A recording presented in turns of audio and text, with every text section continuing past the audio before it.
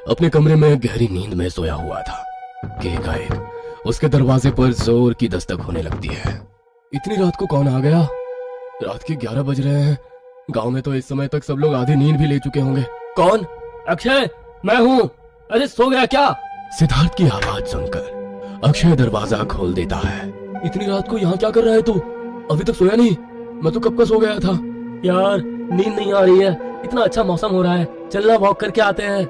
सिद्धार्थ की जिद करने पर अक्षय उसके साथ घूमने के लिए निकल पड़ता है। मैंने सुना है कि गांव में एक तालाब है जिधर कोई नहीं जाता। यार रात के उसके बारे में बात मत कर। तू तो 4 दिन बाद चला जाएगा, हमें इसी गांव में रहना है। मेरे बड़े पापा कहते थे रात में उसका नाम भी नहीं लेना चाहिए। अरे तू छोटा बच्चा है क्या कि बड़े पापा ने एक भूतिया कहानी सुनाई और तू आज तक उसे सच मानकर बैठा है? अरे मेरे भाई, इंसान चांद पर दुनिया बसाने की तैयारी में है और तू तालाब के नाम लेने से अपशगुन हो जाएगा, ऐसी बातें कर रहा है। ऐसा नहीं है यार, तू नहीं समझेगा, छोड़, ये सब मजाक नहीं है। अच्छा सुन, तालाब के किनारे चलते हैं, उधर गांव का कोई बंदा आता जाता भी नहीं है, उधर बैठकर महफिल जमाएंगे दोनों भाई। सिद्धार्थ शरारत से अक्षय की ओर देखता है और अपनी पीठ पर लटके बैग की जेब खोलकर उसे अंदर 2 बोतलें दिखाता है। अक्षय जाना तो नहीं चाहता था, लेकिन जानता था सिद्धार्थ उसकी बातों पर भरोसा नहीं करेगा, बल्कि जितना वो मना करेगा उतना ही सिद्धार्थ उसका मजाक बनाएगा। देख भाई, काफी रात हो गई है, जाकर अपने घर पर सो जाना, क्यों मुसीबत मोल लेनी है? अच्छा ठीक है, तालाब के ज्यादा नजदीक नहीं जाएंगे, थोड़ा दूर पर ही बैठेंगे, पक्का ना? अच्छा चल ठीक है, जैसी तेरी मर्जी। दोनों दोस्त जाकर तालाब से थोड़ा दूर पड़े पत्थरों पर बैठकर 2 सिगरेट सुलगाते हैं और बातें करते हुए कश लेने लगते हैं। कितनी शांति है यहाँ, अमेजिंग सीन है यार, यहाँ क्यों नहीं आते तुम लोग? मैं तो अब हर शाम को इधर ही आकर बैठने वाला हूँ। हाँ। बातें करते करते दोनों ने एक एक बोतल हाथ में उठाई और कोहरे की चादर में लिपटे तालाब की खूबसूरती को निहारने लगे। तू इधर ही बैठ, मैं अभी हल्का होकर आया। उधर किधर जा रहा है यार? मैंने बोला ना, तालाब की तरफ नहीं जाना है। अक्षय अभी बोल ही रहा था कि तब तक सिद्धार्थ हंसते हुए तालाब के बिल्कुल किनारे पहुंच जाता है और झाड़ियों की ओर मुंह करके खड़ा हो जाता है। 2 मिनट भी नहीं बीते होंगे कि सिद्धार्थ को ऐसा महसूस हुआ जैसे पानी की सतह से कुछ भारी भरकम सा सरक कर पानी के अंदर गया हो। सिद्धार्थ गौर से पानी के तल को देखने लगा। अभी भी वहां कुछ बुलबुले उठते हुए नजर आ रहे थे। सिद्धार्थ ने मुड़कर अक्षय की ओर देखा। अक्षय अब अपनी जगह पर नहीं था। सिद्धार्थ की नजर पानी की ओर गई तो उसने देखा अक्षय घुटनों तक पानी में खड़ा होकर मुस्कुरा रहा है और उसे भी इशारे से अंदर आने को कह रहा है। अबे यार, अभी तो ऐसे भीगी बिल्ली बना बैठा था और अब उधर पहुंच गया। अक्षय को पानी में खड़े देख सिद्धार्थ दौड़ते हुए तालाब के अंदर कूद पड़ता है और अक्षय की ओर जाने लगता है। अक्षय के नजदीक पहुंचकर उसने महसूस किया कि वास्तव में वहां पर तो अक्षय है ही नहीं।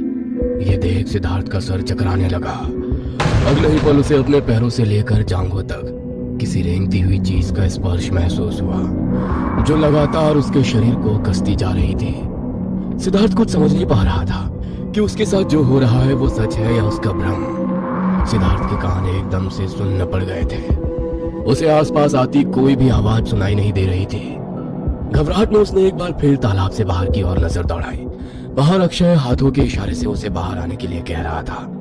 वो शायद पिछले काफी देर से सिद्धार्थ को पुकार रहा था, लेकिन उसे शायद कुछ सुनाई नहीं पड़ रहा था।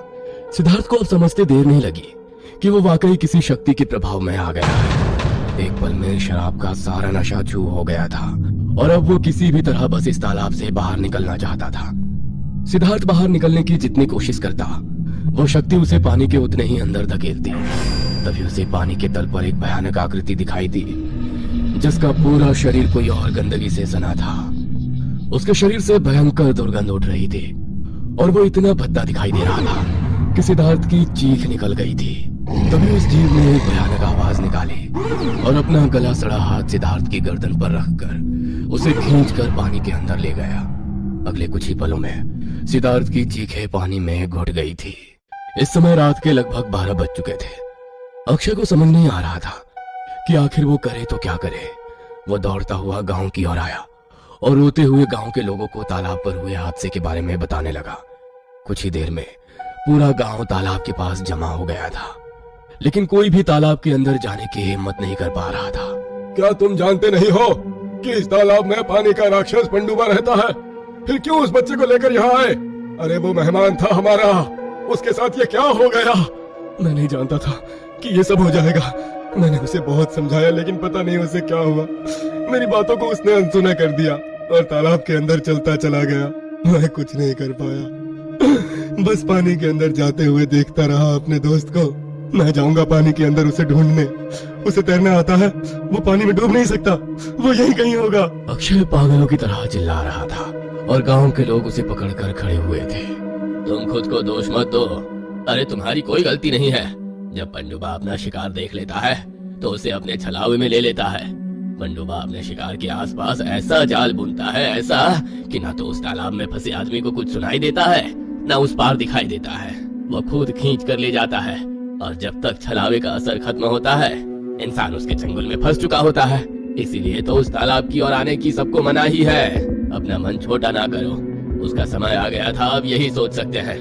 आधी रात का समय है भाइयों, इस समय तो तालाब के पानी में उतरना मतलब अपनी जान खतरे में डालने के समान है। अब कल सुबह ही हम तालाब पर आएंगे। गांव के लोग वापस लौट गए थे, लेकिन अक्षय का मन ये मानने को तैयार ही नहीं था कि अभी कुछ देर पहले तक हंसता मुस्कुराता उसका दोस्त तालाब की गहराइयों में समा गया है। गांव वाले अक्षय की मानसिक हालत को समझते हुए किसी तरह उसे वापस गांव ले गए थे, लेकिन अक्षय ठीक नहीं था। सुबह के 4 बजे ही गांव वाले मिलकर तालाब पर जाते हैं और पानी के अंदर जाने पर उन्हें सिद्धार्थ की लाश अंदर पानी में पड़ी दिखाई देती है। सिद्धार्थ की पूरी बॉडी इतनी भारी हो चुकी थी कि कई सारे लोग मिलकर उसे तालाब से बाहर निकालते हैं। सिद्धार्थ के शरीर के कई हिस्सों का मांस पूरी तरह से गायब हो चुका था। उसकी दोनों आंखें गायब थी और आंखें, नाक, मुंह और पेट में रेत ही रेत भरा हुआ था। सिद्धार्थ शहर का रहने वाला था जो गांव छुट्टियां बिताने आया हुआ था। जब उसके माँ बाप को सिद्धार्थ की मौत की खबर मिली तो वो उसे पोस्टमार्टम के लिए ले गए। देखिए, मौत का कारण दम घुटना है, लेकिन इसका दम मुंह में रेत भर जाने के कारण निकला है। जिस तरह से इसकी आंखें और शरीर के अंग गायब हुए हैं, उन्हें देखकर ऐसा लगता नहीं है कि ये किसी इंसान का काम है। पेट, आंखें, मुंह, सब जगह रेत और कंकड़ भरे हुए हैं। बहुत ही अजीब है ये सब। ऐसा लग रहा है जैसे किसी ने जानबूझकर रेत इसके शरीर में ठूस दी है। मैंने आज तक बहुत सी लाशों का पोस्टमार्टम किया है, लेकिन ये कुछ अलग ही है। हमारी बात मानिए हरीश बाबू, किसी ने आपके बेटे को नहीं मारा, ये पंडुबा का काम है। अरे आप शहर में रहते हैं, आप नहीं जानते, ये कोई पहली बार नहीं है। आज से पहले भी दर्जनों लोगों को बिल्कुल इसी तरह पानी में घसीट कर जान ले चुका है ये पंडुबा। इसीलिए तो गांव का कोई भी आदमी दिन ढले उस तालाब की ओर नहीं जाता। अभी 5 दिन पहले ही चंदू की भैंस गलती से उस तालाब की ओर चली गई थी और उसकी भी ठीक इसी तरह तालाब में डूबने से मौत हो गई। आप तो जानते ही है ना, भैंसें इतनी आसानी से पानी में नहीं डूबती, लेकिन वो पंडुबा खींच ले गया था उसको भी, और बिल्कुल इसी तरह पूरे शरीर में रेत भरी मिली थी उसके। सिद्धार्थ जा चुका था। सभी गांव वाले गहरे दुख में थे, क्योंकि सिद्धार्थ उनके गांव का मेहमान था। एक मेहमान के साथ हुई अनहोनी के लिए कहीं ना कहीं पूरा गांव खुद को ही जिम्मेदार मान रहा था। दूसरी ओर अक्षय की हालत तो इतनी खराब थी कि गांव वालों ने उसे सिद्धार्थ की डेड बॉडी तक नहीं देखने दी थी। यहाँ तक कि किसी ने उसे नहीं बताया था कि सिद्धार्थ अब कभी लौट कर नहीं आएगा। काका, कुछ पता चला क्या मेरे दोस्त का? तालाब से उसकी बॉडी मिली क्या? नहीं अक्षय, अभी तलाश कर रहे हैं, तुम फिक्र ना करो। तुम ही कह रहे थे ना कि वो तैरना जानता है। हो सकता है तालाब की दूसरी ओर से निकलकर अपने शहर भाग गया हो। तुम आराम करो, तुम्हारी तबीयत हमको कुछ ठीक नहीं लगती। इसको बहुत ही गहरा सदमा लगा है। उस सदमे से ये जब तक सामान्य नहीं हो जाता, इसे सिद्धार्थ की मौत के बारे में कुछ नहीं बताना। सब गांव वालों को कह दो इस बात का खास ख्याल रखें कि अक्षय के सामने सिद्धार्थ के बारे में कोई बात ना की जाए, वरना ये लड़का अपना मानसिक संतुलन खो बैठेगा। ऐसा लग रहा है कई रोज से सोया ही नहीं है। आंखों के नीचे काले गड्ढे हो गए हैं और इसकी माँ बता रही थी पूरा का पूरा दिन कुछ खाता पीता नहीं है। आप ठीक कह रहे हो काका, होने को कौन टाल सकता है। आज तक ना जाने क्यों उस घटना के लिए खुद को दोषी मान बैठा है। कुछ दिन बाद, बेटा, तुम्हारे बाबूजी और हम शहर तक जा रहे हैं। तुम अपना ख्याल रखना और खाना समय से खा लेना, और हाँ, घर से बाहर ना निकलना।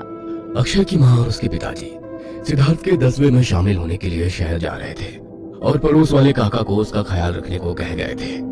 दिन तो आराम से बीत गया था और अक्षय भी काका के कहने से थोड़ा सा खाना खाकर अपने बिस्तर पर लेट गया था। रात के तकरीबन 12 बज रहे थे। अचानक अक्षय के दरवाजे पर बहुत जोर से दस्तक होने लगती है। दरवाजे पर हो रही दस्तक इतनी तेज थी कि ऐसा लगता था अगर दरवाजा ना खुला तो कोई दरवाजा ही तोड़ देगा। दस्तक सुनकर अक्षय घबरा कर उठ बैठता है। लगता है माँ बाबूजी आ गए। अक्षय जाकर दरवाजा खोलता है, लेकिन दरवाजे पर उसे कोई दिखाई नहीं देता। अक्षय दरवाजे से बाहर निकलकर आसपास झांकता है तो उसे गली के मोड़ पर कोई काली आकृति खड़ी दिखाई देती है। कौन है वहां? कौन है? सामने आओ। अक्षय के बाहर बाहर पुकारने पर उसके कानों में एक जानी पहचानी आवाज सुनाई देती है। अक्षय, वहाँ क्यों खड़ा है यार? मुझसे मिलना नहीं चाहेगा? कहाँ चला गया था मुझे छोड़कर? मैं कब से तेरा इंतजार कर रहा हूँ। सिद्धार्थ, ये तू है क्या? सिद्धार्थ, सामने आ, ये तू ही है ना? अक्षय तेज कदमों से उस साए की ओर कदम बढ़ा देता है। अक्षय को अपनी ओर आता देखकर वो काला साया तेज कदमों से गली से बाहर निकल जाता है और फिर कुछ दूर जाकर रुक जाता है। जानना नहीं चाहेगा उस दिन क्या हुआ था? चल अकेले में बैठकर बातें करेंगे, बहुत कुछ बताना है मुझे। इतना कहकर फिर से तेज कदमों से वो साया तालाब की ओर जाने लगता है।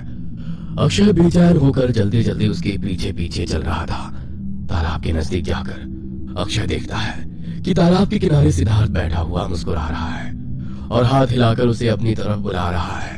सिद्धार्थ, ये तू ही है ना? तू ठीक तो है ना मेरे भाई? मुझे माफ कर दे, ये सब मेरी वजह से हुआ। अगर मैं उस दिन तुझे तालाब की ओर जाने से रोक लेता तो ये सब नहीं हुआ होता। अरे यार छोड़ ना ये सब, मैं बिल्कुल ठीक हूँ, कुछ नहीं है इधर तालाब में। स्विमिंग करेंगे, तू भी आजा, बहुत मजा आएगा। नहीं, तू इधर आना। डर मत, मैं हूँ ना, मुझ पर भरोसा नहीं है तुझे? अक्षय की आंखों से खुशी के आंसू बह रहे थे। उसका दोस्त सही सलामत उसकी आंखों के सामने खड़ा हुआ मुस्कुरा रहा था। अक्षय दौड़कर सिद्धार्थ की ओर जाता है और उसे गले लगा लेता है, लेकिन जैसे ही वो सिद्धार्थ को पकड़ने की कोशिश करता है उसे समझ में आता है वहां तो कुछ है ही नहीं। एक अदृश्य शक्ति उसे जोरदार धक्का मारती है और वो जाकर तालाब में गिर पड़ता है। तालाब के पानी में जोरदार हलचल होती है और एक बार फिर एक सड़ा गला शरीर तालाब से बाहर नजर आता है।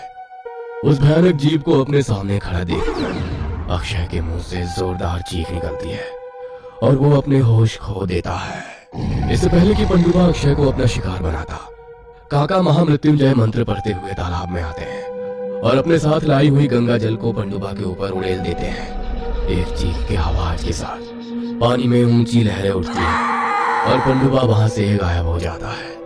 काका अक्षय को लेकर पानी से बाहर आते हैं और थोड़ा दूरी पर लाकर गंगा जल उसके चेहरे पर छिड़ककर उसे होश में लाते हैं। अरे काका, आप यहाँ? मुझे तो लगा था वो मेरा आखिरी समय है, लेकिन आप यहाँ कैसे आए? पंडुबा से कैसे बचाया आपने मुझे? बेटा, जब तू सिद्धार्थ सिद्धार्थ चिल्लाता हुआ अपने घर से बाहर की ओर भागा ना, तो मेरी आंख खुल गई। मैंने खिड़की खोलकर देखा तो तू गली में दौड़ा जा रहा था, लेकिन तेरे आगे कोई भी नहीं था। मुझे कुछ समझ में नहीं आया, इसलिए मैं भी तेरे पीछे पीछे आने लगा। फिर जब तू तालाब वाले रास्ते की ओर मुड़ा तो मैंने तुझे आवाज लगाकर रोकने की बहुत कोशिश की, लेकिन ना जाने तू किस सम्मोहन में था कि तुझे मेरी आवाज सुनाई ही नहीं दी। इससे पहले कि मैं तुझे रोक पाता तू सिद्धार्थ सिद्धार्थ चिल्लाता हुआ तालाब में कूद पड़ा। ना जाने क्यों तुझे देखते ही मुझे समझ में आ गया था कि तेरे साथ कुछ गलत हो रहा है, इसलिए घर से निकलते वक्त मैंने ये गंगा जल की बोतल उठा ली थी। काका, ये सिद्धार्थ अचानक कहाँ गायब हो गया? ये सब क्या हो रहा है मेरे साथ? बेटा, हमारे बड़े बुजुर्ग कहते थे उस पंडुबा की नजर जिसके ऊपर पड़ जाए उसे वो खींच कर अपने पास ले ही आता है। और आज मैंने खुद अपनी आंखों से सच को देखा है। जिस समय सिद्धार्थ तालाब में गया तुम भी यहीं थे। पंडुबा ने तुम्हें भी यहाँ देख लिया था, इसलिए छलावा बनकर वो तुम्हें लेने आया था। आज अगर समय पे मैं ना आता ना तो तुम्हारा भी वही हश्र होता जो सिद्धार्थ का हुआ था। सिद्धार्थ हम सबको छोड़कर चला गया बेटा, और जाने वाले कभी लौट कर नहीं आते। अगले दिन सुबह पूरे गांव में ये बात आग की तरह फैल गई थी कि पंडुबा अक्षय को छलकर तालाब पर ले गया था। उस दिन के बाद रात को क्या, दिन में भी लोगों ने तालाब के नजदीक जाना छोड़ दिया।